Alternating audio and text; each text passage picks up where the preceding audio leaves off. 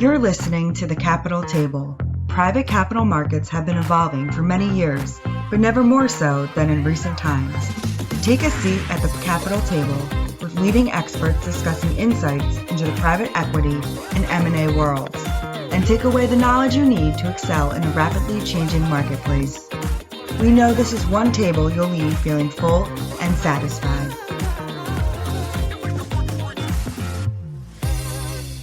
Hey, everybody. Welcome to this episode of the Capital Table. Excited today to discuss ESG with my colleague and fellow advisory leader, Joe Holman. Joe, welcome to the Capital Table. Steve, thanks for having me. I'm Joe Holman. I am the ESG practice leader at Witham, and I help lead the charge of ESG for Witham's advisory practice, which means I'll help managers implement ESG in their pre-investment due diligence and engagement processes. So, Steve, take it from there. Yeah. And again, thanks for joining us, Joe, as we discuss this with our private equity and M&A community. And as we start talking about ESG, there's a lot going on in the press right now. And let's start by, let's discuss a little bit about the anti-ESG movement. And if you can provide any insight on that and how it impacts what you do. Well, thank you, Steve, for starting out easy. Yes, absolutely. Let's go with the softballs in the beginning. The anti-ESG movement really needs to be discussed. And it's a lot of fear-mongering. If you go back into the history behind it, it's quite interesting. This all really came out of Texas. So in Texas, there was an anti-oil movement of divesting in oil. And Texas took exception to this. Texas says that when you're not funding energy projects don't get done. Energy projects costs go up, jobs go away, and the cost of everything goes up. So they thought of this as a job issue, and they passed a law that said it is against the law for pension funds of Texas to invest in companies that divest in oil. And then they threw guns in there. I don't know where guns came from, but you can't divest from oils and guns. And they attacked BlackRock. And that's where BlackRock got into the picture, because BlackRock was divesting from oil. So with that, DeSantis came into the picture. Now, DeSantis was thinking about running for president, which no longer he's doing. And he attacked Disney, because DeSantis passed a rule that you can't say gay, or that was the media called it. And it became a big thing against Disney and DEI and critical race theory. So they all have attacked that. And that type of movement got DeSantis very popular. And he saw what Texas did. And he passed a rule called the anti-ESG movement, where you can't have ESG policies within your investment process. And 24 other states, I think that's the number, passed that same law. So you think about it, it says that you can't use ESG. So you think you're dead in the water from an ESG standpoint. That's the press.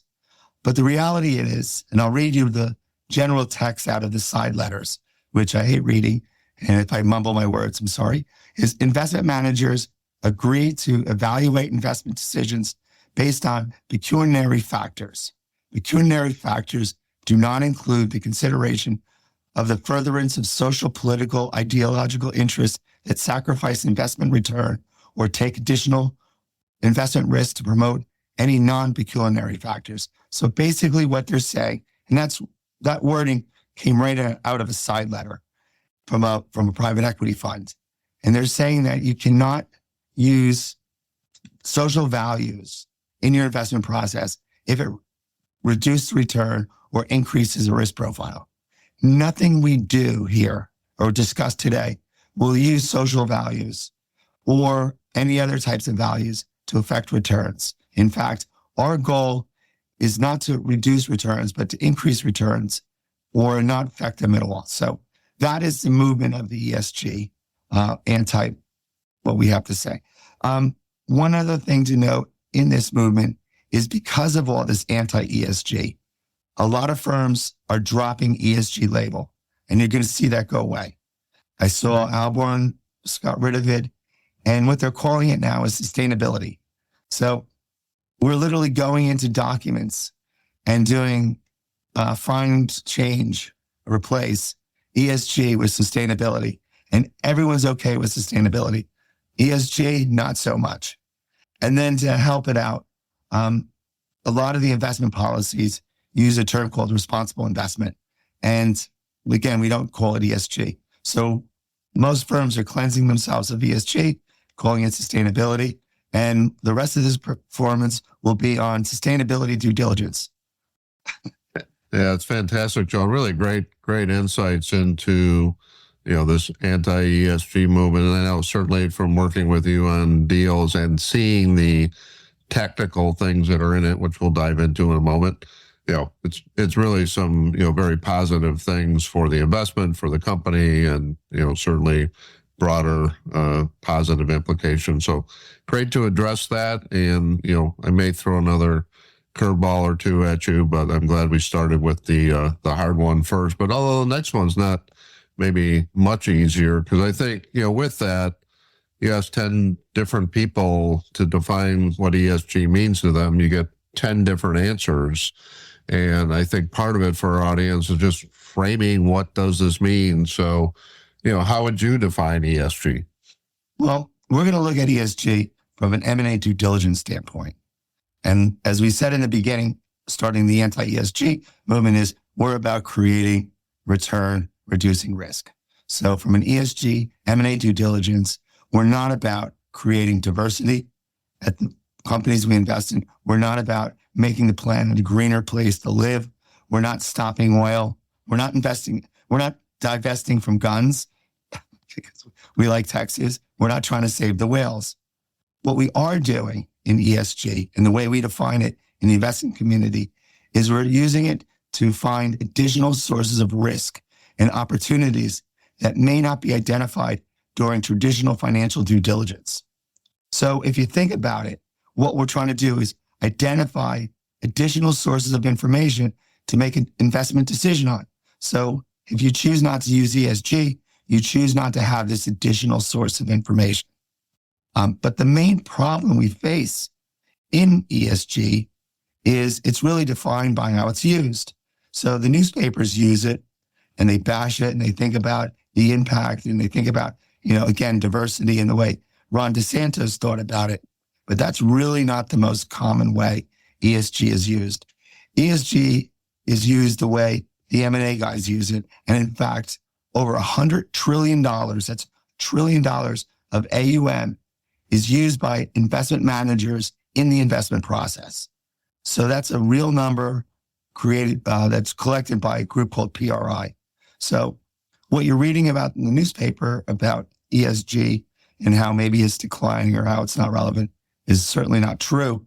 And you could see a lot of investment managers put a lot of stock in using ESG to identify those additional sources of risk. And that's really what we use for in the M&A process, is looking for risk and opportunities.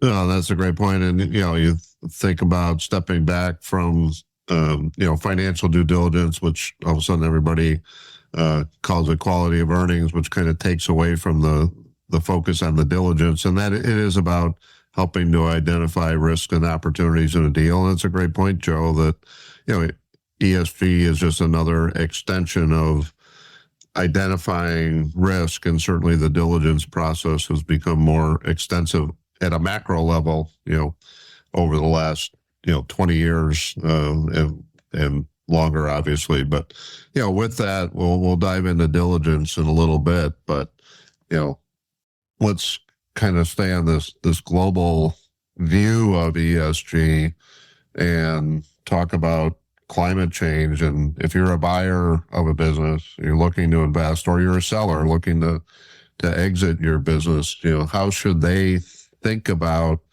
the issue of climate change, regardless of their personal or political opinions on the matter? Well, first of all, don't buy an apartment, in a hurricane zone without insurance.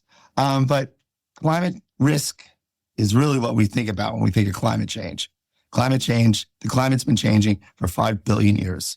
But as an M&A guy, I would think of risk. So what risks do I face? And if you don't believe it's real, just ask any insurance actuary whether they consider climate in their risk models when creating premiums. So the insurance companies actually really understand climate risk because they model it out.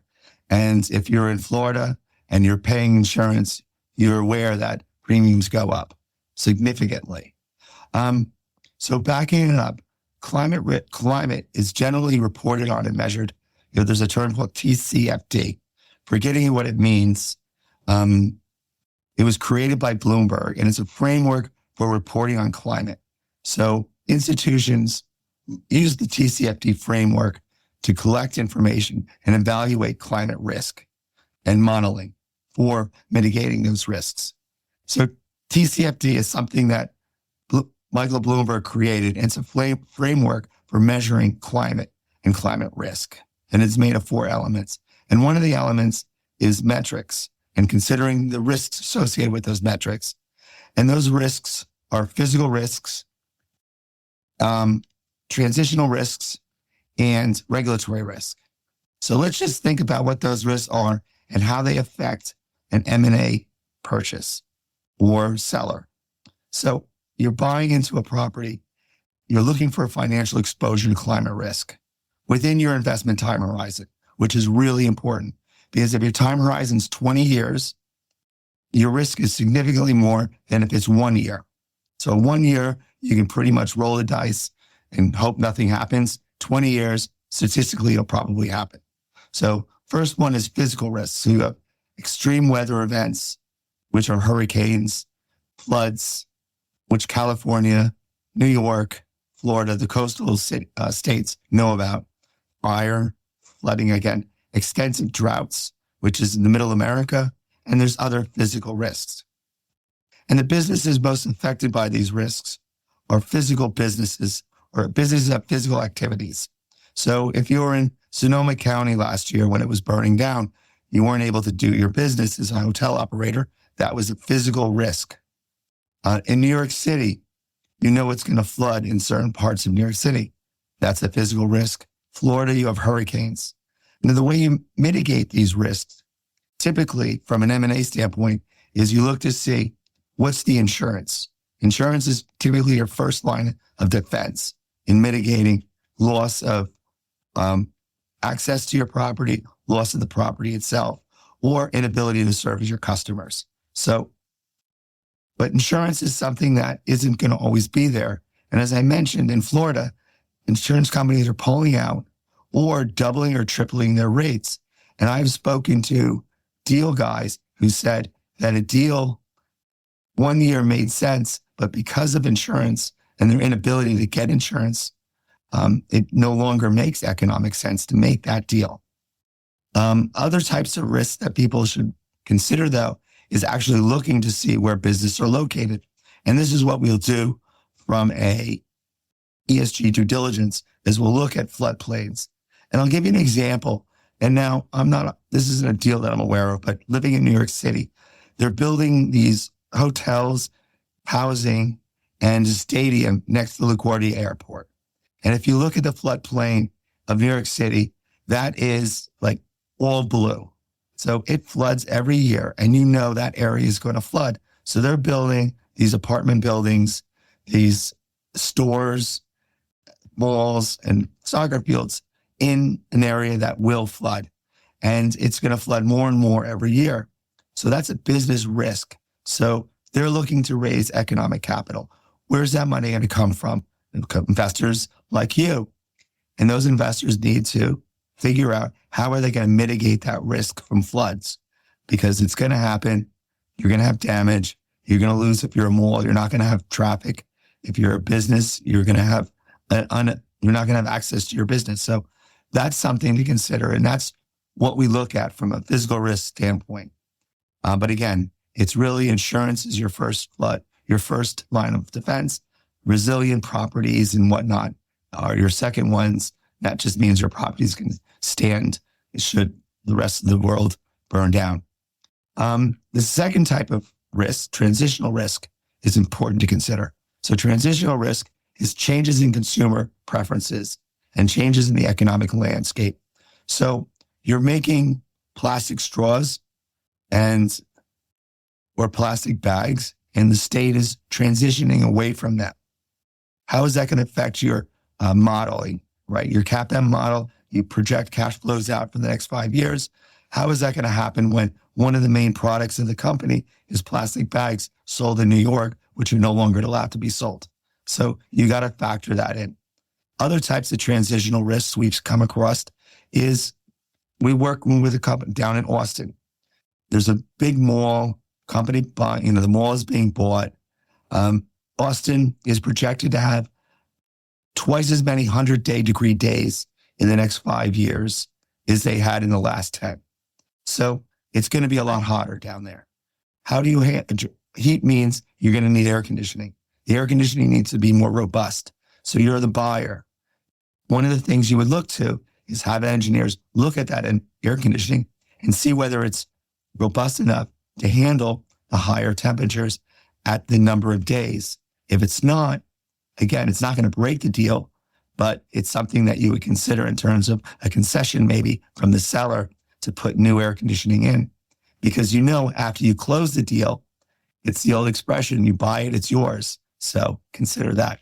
And the last part of climate is regulatory risk. So you're buying a company, and there's, in Europe, for instance, where there's a movement against emissions and you're a high emissions creator, you've got to consider how are you going to address the changes in the regulatory landscape in terms of, say, taxing carbon or carbon import taxes, or just plain being lined up against other industries that are low carbon, and consumer preferences may shy away from you. So considering the regulatory risks in the next 5 years is important, as well as one last point is that when you're buying a company, do they have the infrastructure in place to address that risk? When you buy a company, they have a finance group, they have a compliance group, but do they have a way to address financial reporting on the European horizon? In the US, it's not that significant, and it probably won't be for a little while, but in Europe, it is significant, and it could be a significant economic cost on a go-forward basis.